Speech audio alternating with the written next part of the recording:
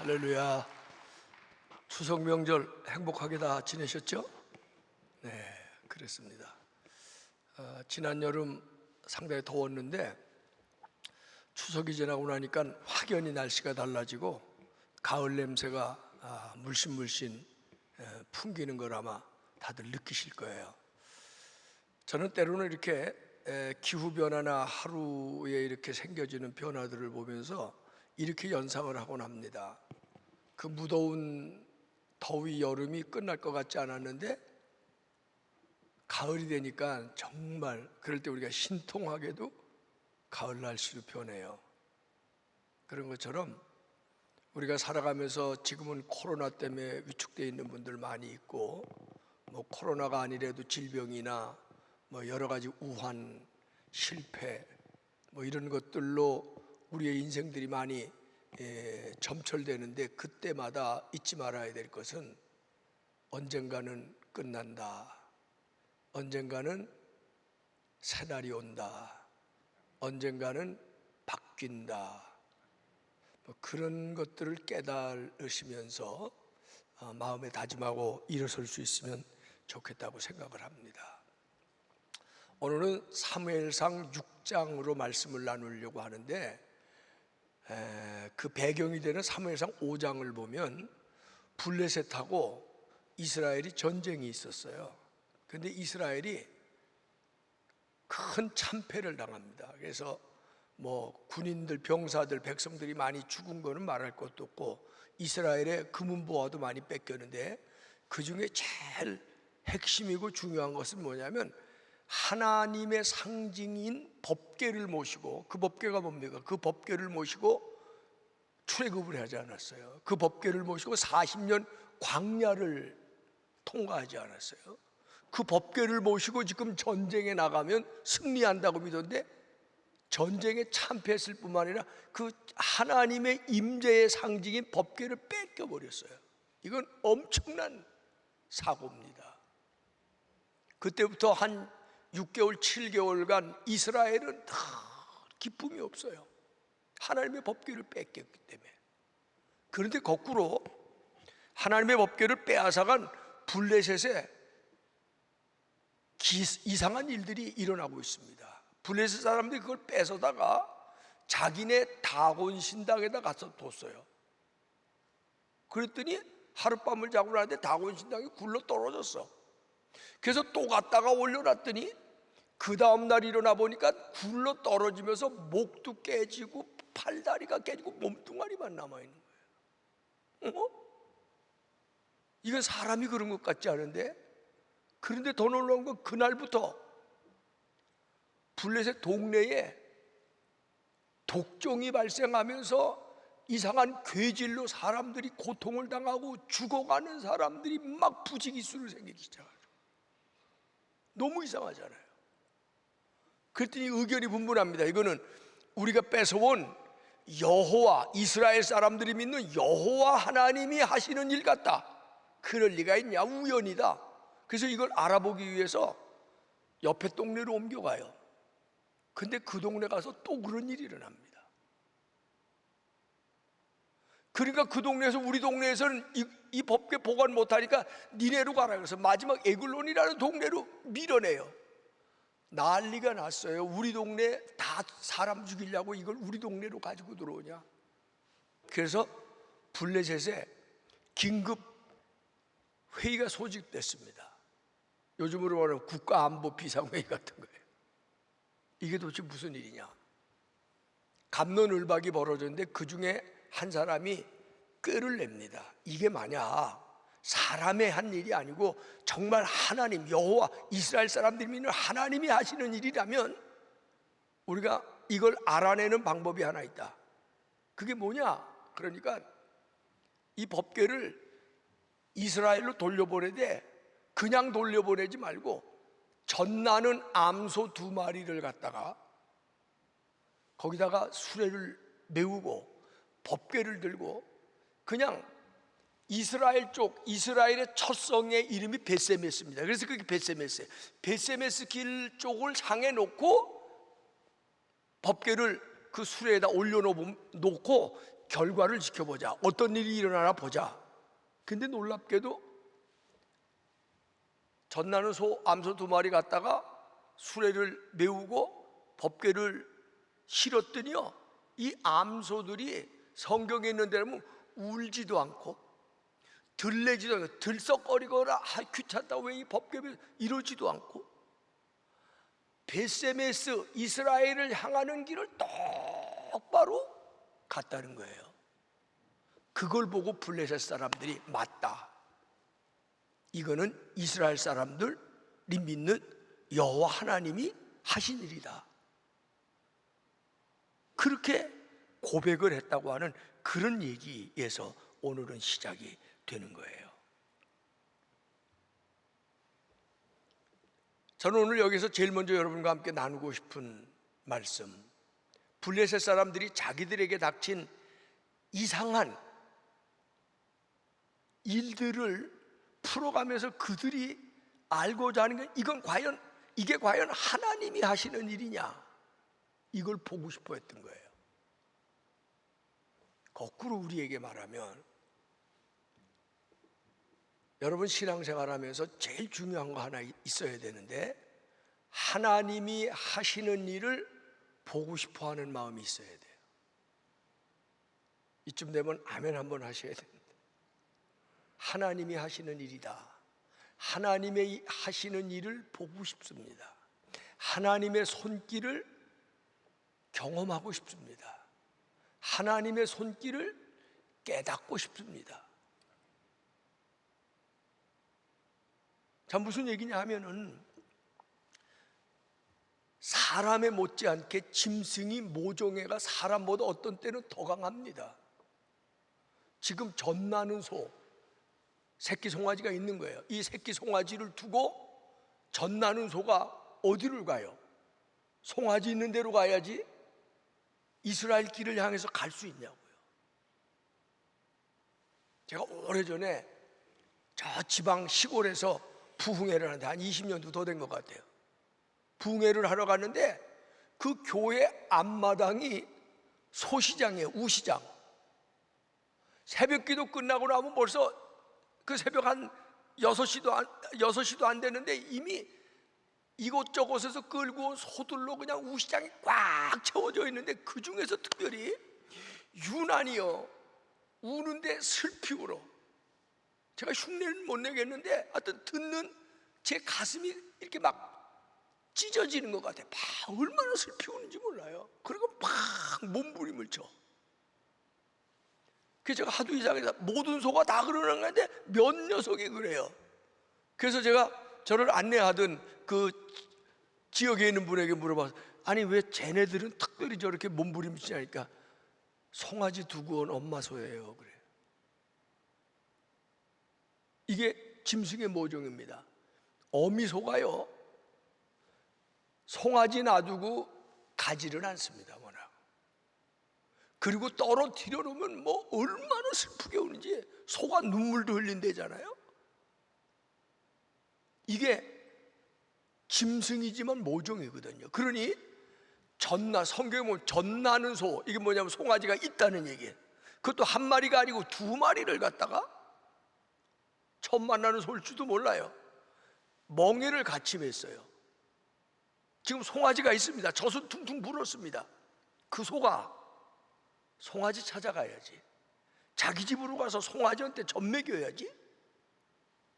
그런데 이스라엘 쪽을 향하여 베세메스 길로 향하여 이 두 마리의 소가 들레지도 않고 울지도 않고 똑바로 갔대요. 여기서 뭘 보는 거예요? 하나님이 이 베세메스 소를 택해서 사용하시니까, 미물의 짐승이지만, 말 못하는 짐승이지만 아무 소리도 하지 않고 울지도 않고 흔들리지도 않고 베세메스 길로 갔다는 거예요. 저는 이 일을 통해서 블레셋 사람이 이게 정말 이스라엘 하나님이 하신 일인지 하나님의 역사인지를 보고자 했는데 봤죠. 여러분, 신앙생활하면서 제일 중요한 게 뭐냐면 그냥 건성으로 교회 왔다 갔다 하는 게 아니라 우리가 부딪히고 있는 많은 일들 속에서 하나님이 이 일에 어떻게 역사하시는지, 하나님의 손길이 어떻게 나타나는지 보려고 하는, 경험하려고 하는 그런 마음이 우리에게 있어야 될 줄로 믿습니다. 아멘. 성경에 보면요, 하나님은 이 베세메스로 가는 소만 택해서 하나님의 도구로 쓰신 게 아니에요. 노아의 홍수 때는 하나님 어떻게 하셨어요? 비둘기를 택하셨어요. 이사야 때는 까마귀를 택하셔서, 엘리야 때는 까마귀를 택하셔서 엘리야에게 까마귀를 통해서 하나님의 뜻을 보내도 주셨어요. 하나님은 하나님의 역사를 하실 때 때로는 말 못하는 짐승, 하늘에 나는 새도 쓰시고요, 자연의 움직임 속에서도 하나님은 말씀하시고 우리에게 나타나기도 하시고요. 성경에 나와 있는 삼손, 자기 인생을 살았나요? 하나님 앞에 택함받고 하나님의 도구가 돼서 하나님이 사용하시는 대로, 그는 삼손으로서 인간적인 그런 자기의 젊음의 정욕 때문에 많은 고민도 하고 갈등도 하고 어려움도 당했지만 결국은 하나님의 도구로서 그의 삶을 마무리하죠. 그렇게 보면 성경에 나와 있는 모든 사람, 짐승들 보면은 그냥 자기의 삶을 살다 간 게 아니고요, 하나님의 택함을 받고 하나님의 도구로서 살아갔는데, 그런 일들을 통해서 우리는 뭘 보냐? 하나님의 하시는 일을 보는 거예요. 하나님의 역사하심을 보는 거예요. 하나님의 손길을 보는 거예요. 저는 여러분이 신앙생활 하시면서 이런 마음이 있었으면 좋겠어요. 하나님의 역사하심을 보고 싶습니다. 하나님이 나타나심을 깨닫고 싶습니다. 하나님이 일하고 계심을 경험하고 싶습니다. 하나님이 내 옆에 계시고 나와 함께 계시고 나를 끌고 가시는 것을 제가 경험하기를 원합니다. 여러분이 그런 사람으로 신앙생활하며 살아가실 수 있기를 먼저 주님의 이름으로 부탁하고 축원합니다. 그러면서 이제 그 다음에 하나 생각해 보는 것은, 여기 베세메스로 가는 소는 하나님 앞에 택함을 받았잖아요. 그래서 제가 이런 생각을 해봤어요. 우리도 기왕 한 인생을 사는 것이면, 기왕이면, 이왕 사는 일인데 기왕이면 하나님께 사용되는 인생길을 가면 좋겠다. 미말의 짐승도 하나님께 사용되는 인생길을 갔어요. 조금 전에 얘기한 삼손도 하나님께 택함을 받고 그 하나님의 도구로서 인생길을 갔어요. 여러분, 유명한 사도 바울이 처음에는 사울이라는 청년이었어요. 다메섹 길에서 하나님 앞에 부름을 받고는 그는 하나님의 도구로서의 그의 평생 인생의 길을 간 거예요. 기왕에 사는 거는요, 방법은 다르지만 인생길을 가는 건 다 똑같습니다. 어떤 분은 인생길을 가다가 50에 가기도 하고 60에 떠나기도 하고 70에 떠나기도 하고, 우리 한인복 권사님처럼 80 넘어 떠나시기도 해요. 다 인생길 가는 거예요. 방법이 조금 다른 것 같지만, 그런데 기왕에 우리가 인생길을 걸어가는데 하나님의 부르심을 받고 택함을 받는 인생길을 걸어갈 수 있게 되면 얼마나 좋겠냐, 그런 말이에요.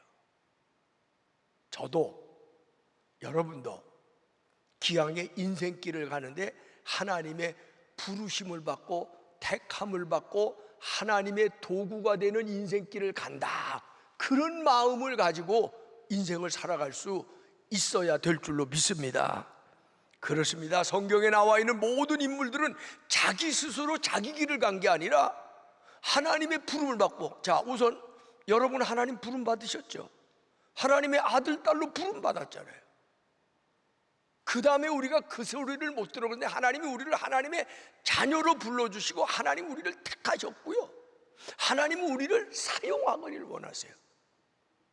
성경에 나오는 때로는 훌륭한 인물들이 자기 인생길을 간 게 아니라 하나님 앞에 부름받고 하나님이 택하신 대로, 하나님이 명령하신 대로 그런 인생길을 간 거예요. 모세가 그랬어요? 사도 바울이 그랬어요? 삼손이 그랬어요? 아브라함이 그랬어요? 성경에 나와 있는 모든 중요한 인물들은 다 하나님의 부름을 받고 하나님의 도구가 되는 인생길을 살아갔다는 거예요. 그래서 저는 제 마음도 그런 마음을 갖고 여러분에게도 부탁하고 싶은 것은 기왕에 한 번 인생길 가는 거 아니에요? 지금 가고 있잖아요. 상당히 많이 갔어요. 벌써 저 같은 경우도 얼마 안 남았을 수도 있어요. 기왕에 한 번 가는 인생길, 하나님 앞에 부르심과 택하심을 받고 하나님의 도구가 되는 그런 인생길을 가면 좋겠다. 그런 마음을 여러분 마음에, 그런 마음이라도 먼저 가지셔야 될 것 같아요. 기왕에 인생길을 가는데 하나님의 부름을 받고 하나님의 도구가 되는 그런 인생길을 가면 좋겠다. 실제로 에베소서 1장 4절에 보니까 곧 창세전에 그리스도 안에서 우리를 택하사, 하나님 우리를 택하셨어요. 그 다음 얘기 넘어가서 6절로 가보니까 이는 그의 사랑하는 자 안에서 우리에게 거저 주시는 바 그의 은혜의 영광을 찬미하게 하려는 것이라. 하나님 우리를 택하셔서 우리를 하나님의 도구가 되어서 하나님의 영광을 나타내는 사람으로 살아가게 하기 위해서 우리를 하나님의 아들, 딸로 불러주시고 택해주시고 사용하기를 원하고 계신다는 사실을 여러분 다시 한번 깨닫고 마음에서 기왕에 살아가는 인생길, 하나님의 영광을 나타내는 하나님의 도구로서 하나님의 부름받은 사람으로서 살아가고 싶습니다. 그런 마음들을 가지실 수 있기를 주님의 이름으로 부탁하고 또 부탁합니다. 자, 이렇게 하나님의 부르심을 받고 하나님의 택함을 받고 하나님의 영광을 나타내는, 또 하나님이 이 땅에 하나님의 능력을 나타내 보이기를 정말 여러분이 원한다면 중요한 것은 순종의 길을 가야 합니다. 어떤 순종의 길? 하나님의 말씀에 순종하는 길, 하나님의 명령에 순종하는 길, 하나님의 뜻에 순종하는 길을 가야 하는 것입니다. 자, 보세요. 벳세메스로 가는 두 마리 소, 조금 전에도 얘기했지만 말 못하는 소예요. 근데 우리는 모르죠, 방법을. 하나님은 그 말 못하는 미물의 벳세메스 길을 가는 그 두 마리 암소에게 하나님이 어떻게 소통하셨는지, 어떻게 말씀하셨는지 우리는 방법은 몰라요. 근데 분명한 것은 하나님은 그 벳세메스로 가는 소에게 어떤 종류로 말씀하셨어요? 명령하셨어요. 그랬더니 이 두 마리 젖나는 암소는 자기의 송아지도 뒤에 둔 채 하나님의 명령을 따라 묵묵히 이스라엘 길로 간 거예요. 이게 순종입니다. 그래서 순종이 때로는 어려운 거예요. 순종이 때로는 자기 희생이 필요한 거예요. 순종은 때로는 말로는 설명할 수 없는 거예요. 자, 한번 여러분, 혹시 짧은 시간이지만 여러분의 말씀을 제가 듣지 못해 미안하지만 하나님이 아브라함에게 100세의 아들을 주셨어요. 그러더니 한 10여 년 지나서 그 아들이 이제 소년이 막 되어가려 그런 어느 날 하나님이 아브라함에게 나서 아브라함아, 내 아들 독자 이삭을 내게 바쳐라 그러셨어요. 요즘식으로 목사나 제사장 만들려는 게 아니에요. 그때 바치라는 건 양을 잡아서 제물로 제사 드리는 것처럼 내 아들을 나에게 바쳐 드려라 그랬어요. 그런 순종이 가능키나 한 일입니까? 이론이 붙죠. 아니, 그러려면 왜 주셨어요? 말도 안 돼. 다른 양 100마리를 잡아서 제물로 드리라면 제가 기꺼이 하지만, 아니 우리 아들을 드려요? 말도 안 돼요. 그럴 수 있어요. 근데 아브라함은 성경에 순종했대요. 그래서 순종에는 때로는 불가사의하고 때로는 이론적으로 잘 납득이 안 되는 일들이 어떤 데는 있을 수 있어요. 오늘 아침에 그 말씀을 다 깊이 나눌 수가 없어서 조금 안타깝긴 해요. 그런데 보세요, 아브라함은 순종했어요. 아브라함 속에 10번 들어갔다 나와도 나 같으면 이해가 안 돼. 그래서 제가 한 100번도 더 들어갔다 나왔어요. 아브라함 속에.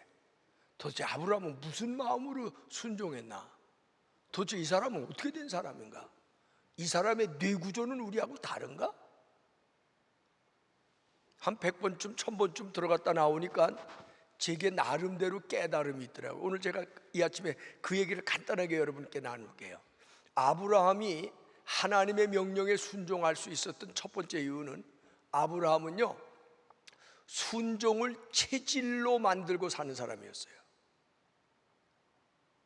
긴 얘기할 수 없어서 짧게 건너뛰는데, 우리가 자녀들을 키워봐도 아는데요, 요즘은 그런 자녀들이 거의 없는데, 자녀들을 키워보면 어려서부터 야 이거 해라 그러면 네, 아빠가 엄마가 야 이렇게 해라 그러면 알았어요. 이런 애들이 10명에 1명 있을 뚱말뚱이에요. 그런데 어떤 애들은 어려서부터 이거 해라 싫어, 엄마가 이거 안 돼, 뭐 하라 못해, 그것까지만 해도 좀 낫죠? 조금 크면은 안 해, 싫어, 못해 해서 따집니다. 왜 해야 되는데? 엄마가 해준 게 뭔데? 아빠는 나한테 뭐 해줬는데? 어떤 녀석은 조금 더 크면 뭐라 그래? 왜 나 놔줬어? 언제 놔달라 그랬어? 골치 아프기 시작하죠. 근데 아브라함은 어려서부터 하나님의 부름을 받는 날부터 하나님이 말씀하시면 앞뒤를 따지지 않고 네, 알았습니다. 여러분, 신앙생활하면서 제일 중요한 게 뭐냐면, 성경으로 우리가 하나님의 말씀을 지금 듣고 읽고 있잖아요. 그 하나님의 말씀 앞에는 우선은 네, 알았습니다, 이런 체질이 생겨야 되는데, 우리 안에 워낙 불순종의 이 기질들이 남아 있어서요. 저도 어려서 예수 믿기 전에도 제 기질은요 불순종의 기질이에요. 누가 뭐라 왜요? 왜 해야 되는데요? 난 못해요. 싫어요. 그리고 내 마음에 안 맞거나 내 생각에 안 맞으면 따져요. 엄청 따져요. 나중에 싸워요. 끈질기게 나중에 들이받아요. 근데 제가 예수님을 만나고 나서 한 가지 변화하려고 노력하던 거 있었어요. 그게 뭐냐면 순종을 체질화하게 해주세요. 그렇게 50년 이상을 싸워오고 있는데 아직도 제 안에 나는 불순종과 따지고 들이받는 기질이 제게도 아직 남아있어요. 이건 기질적인 문제. 근데 아브라함은 하나님이 말씀하시면 앞뒤 좌우 따지기 전에 알았습니다, 네 하는 순종의 체질을 가졌던 사람이에요. 여러분도 한번 이 말씀의 깊이를 깨닫고 나도 조금 순종의 체질로 바꿔봐야 되겠다, 이렇게 생각할 수 있으면 참 좋을 것 같아요. 둘째, 아브라함이 하나님 앞에 순종할 수 있었던 두 번째 이유는 뭐냐면, 아브라함에게는 하나님이 모든 것의 주인이세요. 생명의 주인도 하나님, 자기가 이 땅에 존재하는 것도 하나님이에요. 그리고 자기는 아이를 못 낳을 거라고 생각했던 100살의 아들을 낳았는데 그 아들도 누가? 하나님이 주셨어요.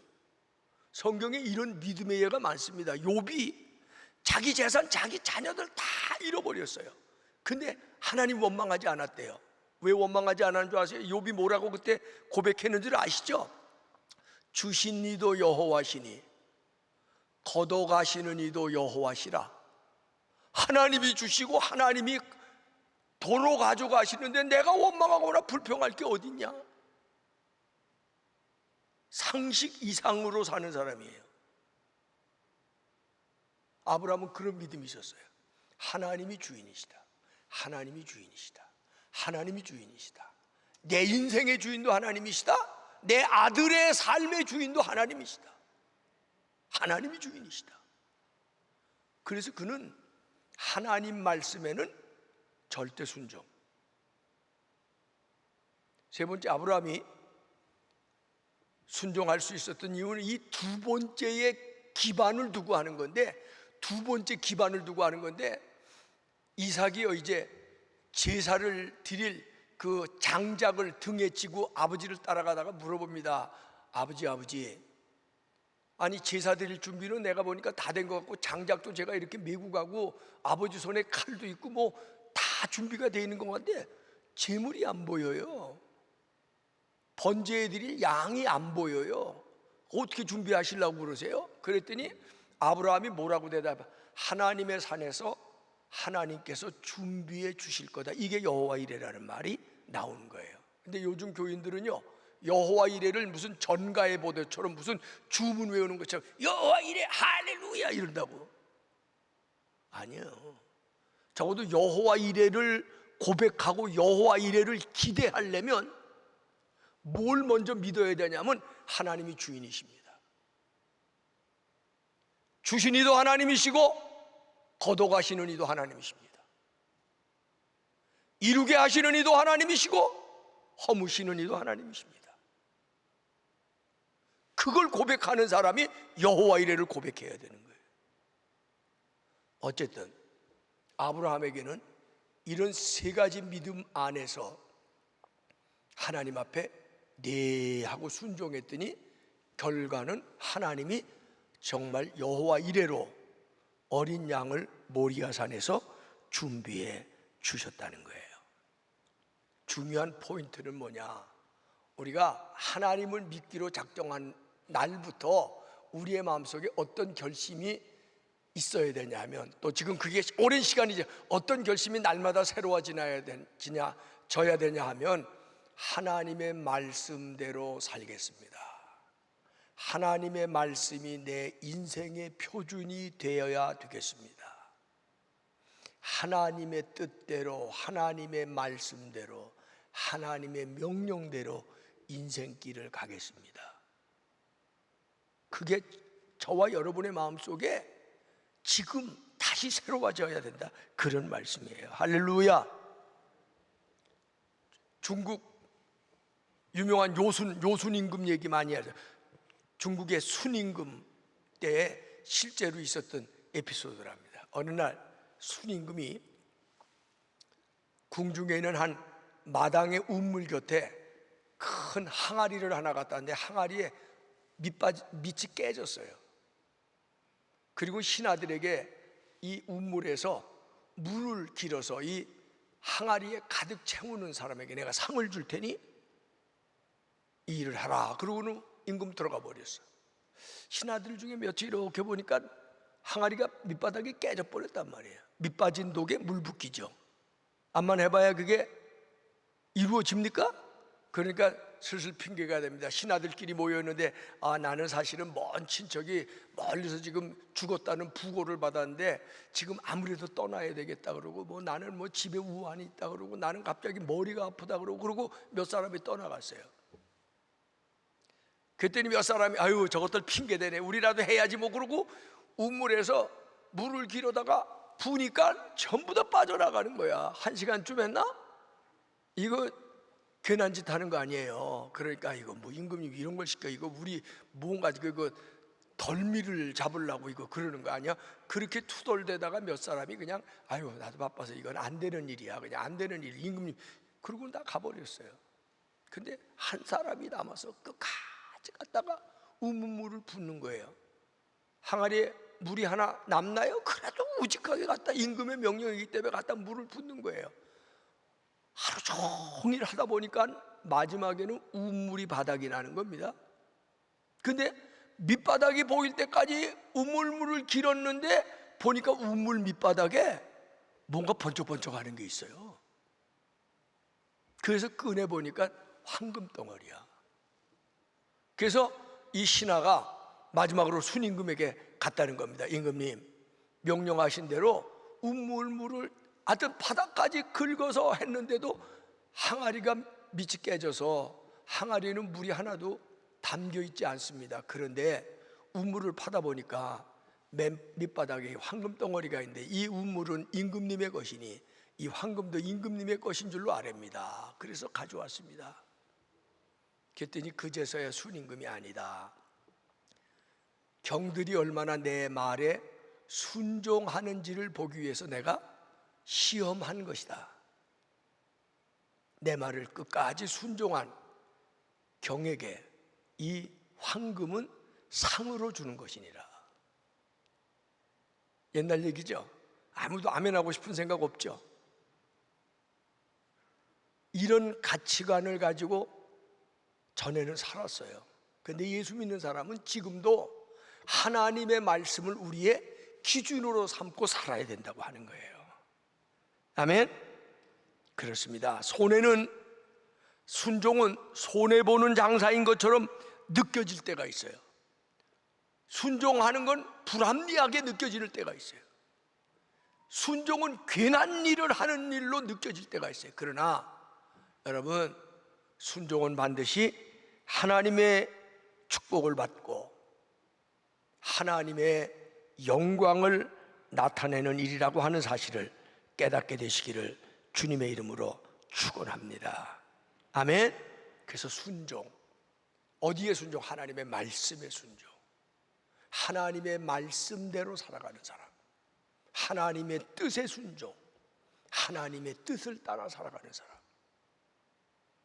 5 개구장이를 키우는 부모가 있었는데 애들이 얼마나 말을 안 듣고 서로 싸우고 엄마한테도 대들고 엄마를 너무 힘들게 하지. 엄마가 맨날 울어. 그래서 하루는 이 집 아빠가 꾀를 냈어요. 아주 애들이 갖고 싶어하는 귀한 장난감을 하나 사가져서, 장난감이 하나 애들은 5인데, 얘들아, 아빠가 오늘 이 장난감을 하나 사왔는데 너희들 중에서 제일 엄마에게 고분고분하고 엄마 말씀을 잘 듣고 엄마의 뜻을 따라서 엄마를 기쁘게 해주는 그런 아이에게 이 선물을 주려고 사왔는데, 이 너희들 중에 누가 이 선물을 받으면 좋겠냐. 그러니까 5, 6들이 처음에는 자기 얼굴을 싹 보더니 아무도 양심에 걸리는지 나요 그러는 애가 없는 거야. 5명이 조금 있다가 동시에 아무래도 그 장난감은 아빠가 갖는 게 제일 좋겠어요 그러더래. 무슨 말인지 깨달은 사람만 웃네. 여러분, 하나님도 우리가 하나님의 말씀에 순종하고 그 뜻을 따라 살아가려고 할 때 하나님 기뻐하시고요. 여호와 이레 같은 역사도 누구에게 나타나느냐?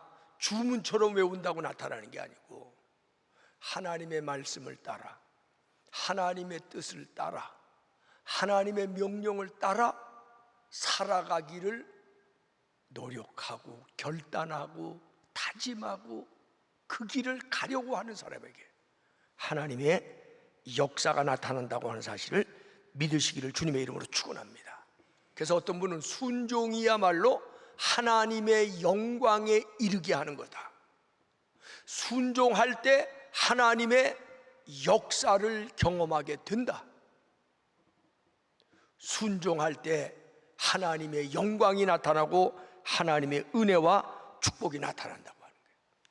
여러분 잘 아시는 우리나라 월드컵을 4광 신화로 이끌었던 히딩크 감독 있죠. 그 히딩크 감독이 우리나라 감독할 때, 저는 히딩크 보지도 못하는데 지금 저 사진 나옵니다. 막 대단한 카리스마를 가진 사람이라는데, 그 히딩크가 선수들을 뽑을 때 감독이 뽑잖아요. 그들의 뭐 기량, 나이, 뭐 심지어는 인간성도 본답니다. 대인관계 같은 것들도 보고 뭐 이런 걸 다 가서 평점으로 체크를 해서 이제 뽑는데 비슷비슷한 선수들이 너무 많은 거예요. 그때 히딩크가 그들을 뽑는 선발 기준에 가장 중요하게 여겼던 게 뭐냐 하면 감독의 말에 순종할 줄 아는 사람을 뽑았대요. 이걸 가지고 히딩크 선발 기준에 무슨 불만을 할 사람 있나요? 하나님은 우리를 뽑으시고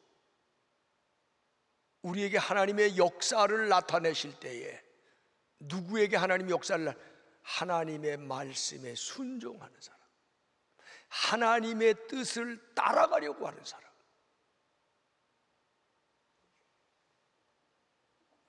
하나님의 말씀을 삼가 듣고 순종해서 지켜 행하는 사람은 하늘의 생명책에 그 이름이 기록될 것일 뿐만 아니라 역사에 찬란하게 빛나는 명예스러운 인생을 살게 된다는 사실을 명심하시고 또 명심하시기를 주님의 이름으로 축원합니다.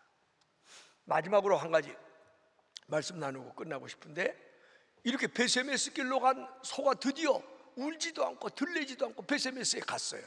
그랬더니 이번엔 이스라엘에서 난리가 났습니다. 하나님 살아계셨습니다. 하나님 살아계십니다.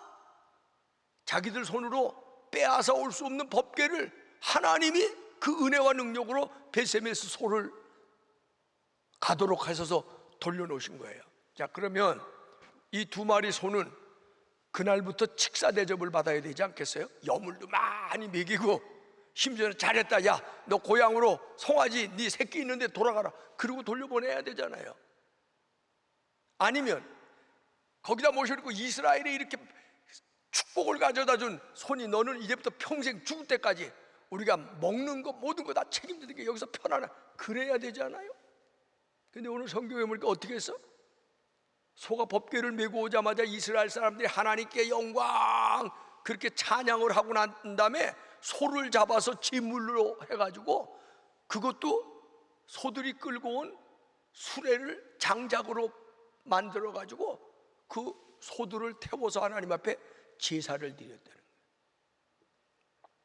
저희 집 사람도 이 구절 읽으면서 너무하다, 아니 어떻게 고생하고 왔는데 상을 주지를 않고 잡아서 먹냐. 그래서 뭐 시험까지는 아니지만 늘 그게 마음에 꺼렸대요. 그런데 한번 우리가 냉정하게 어떤 데 생각해 보자고. 소라는 짐승은 워낙 태어나면은요, 엿을 먹고 일하다가 일 실컷 하다가 어느 정도 힘 빠지면 주인이 갔다가 도살장에서 죽여서 사람들의 상에 올라가는 게 그게 보통 소의 운명이에요. 그런데 이 베세메스 길로 가는 소는, 암소는 하나님의 뜻에 순종했더니 조금 일찍 죽었죠.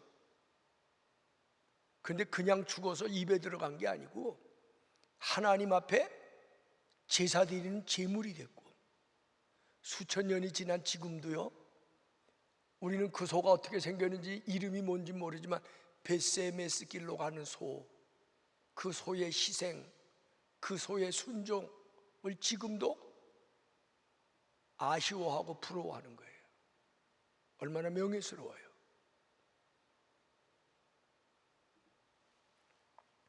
예수님 생각하게 하죠. 예수님 하늘 보좌 버리고 이 땅에 오셨어요. 한 100년쯤 사셨으면 얼마나 좋아? 그렇죠? 하나님이 기왕에 하나님의 아들을 이 땅에 모셨는데 한 100년쯤 살게 하시면 얼마나 좋냐고. 근데 33년밖에 못 사셨어요. 좀 이 땅에서 멋있는데 사시다가 마지막에 돌아가실 때 좀 편안하게 화려하게 가시면 얼마나 좋아? 십자가 지시고 손가락질 받는 지옥의 길, 아픔의 길을 가셨어요. 그것이 하나님의 영광을 나타내는 것이기 때문에, 그 길이 인류를 구원하는 길이었기 때문에, 그것이 당신을 이 땅에 보내신 하나님 아버지의 말씀이고 명령이고 뜻이었기 때문이에요. 우리는 예수 믿으면서도 하나님 앞에 은혜와 축복은 엄청나게 받고 싶어 하면서 하나님의 말씀을 따라 살아야 되겠다는 생각은 아예 옆에다 이렇게 버려두고 신앙생활하는 분이 많아요. 하나님의 뜻을 따라 살아야 되겠다고 하는 생각은 집에 두고 교회 왔다 갔다 하는 사람들도 많아요.